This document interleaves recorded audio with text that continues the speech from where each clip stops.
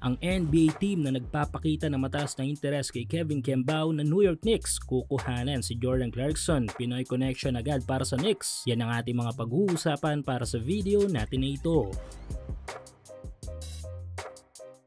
Isa nga ngayon ang ating kababayan na si Kevin Kembao sa mga homegrown young players na gumagawa ng malaking ingay sa basketball scene sa bansa. Well, dahil nga yun sa opportunity na nakuha nito kung saan bibihira lamang ang mga nakakakuwang mga basketball players sa kanilang buong career. Ito nga yung shot nito sa pinakamalaking liga ng basketball sa mundo, ang NBA. Grabe ang opportunity na ito dahil di talaga biro ang may tuturing na once in a lifetime na pagkakataong ito. Mas magiging bihira pa nga mga ganitong klaseng tsansa sa mga bansa at mga Asian player na tulad nating mga Pinoy. Siguro alam nyo na ang ibig ko sabihin kung bakit bibihira lamang sa mga Pinoy o Asian player sa mga ganitong klaseng opportunity sa NBA. Kaya naman ito at malaking tsansa na itong nakuha ni KQ para sa matagal na nating pangarap na pure-blooded Pinoy player sa NBA. At good thing dahil apaw ang suporta para sa ating kababayan. Kung sana'y hindi lang tayo mga Pinoy kundi even ang kanyang kupunan sa Korea. Yes, kung may isang legit na supporter si KQ sa kanyang NBA dream ay numero 1 na nga yata dito yung kanyang kupunan sa KBL na Sonoy Sky Gunners. Kung sana'y ang mismo presidente ng kanilang kupunan ang sasama kay KQ sa Amerika. At usapang NBA team chance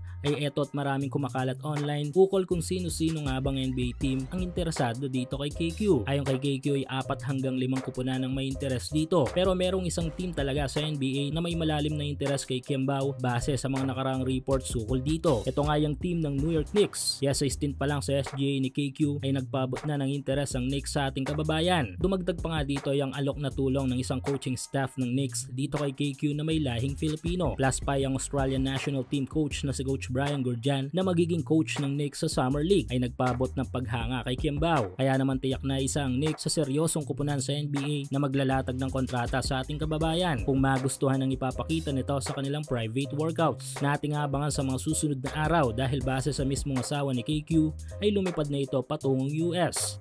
Samantala, another Pinoy connection ang tila mabubuo sa team ng New York Knicks dahil nito lang sa inilabas na balita ng senior NBA insider ng ESPN na si Shams Charania ay ibabuyout na daw ng Knicks ang kontrata ni Jordan Clarkson sa Utah Jazz upang kuhanan ang serbisyo ni Kabayan next NBA season. Inaasahan ng Knicks na mabuboost ni JC ang opensiba ng kanilang bench tulad ng ginawa nito sa Utah. Ang vision kung sakaling makachamba ng kontrata si KQ sa Knicks at maklear si Clarkson sa Utah ay makakita tayo ng Pinoy connection sa New York.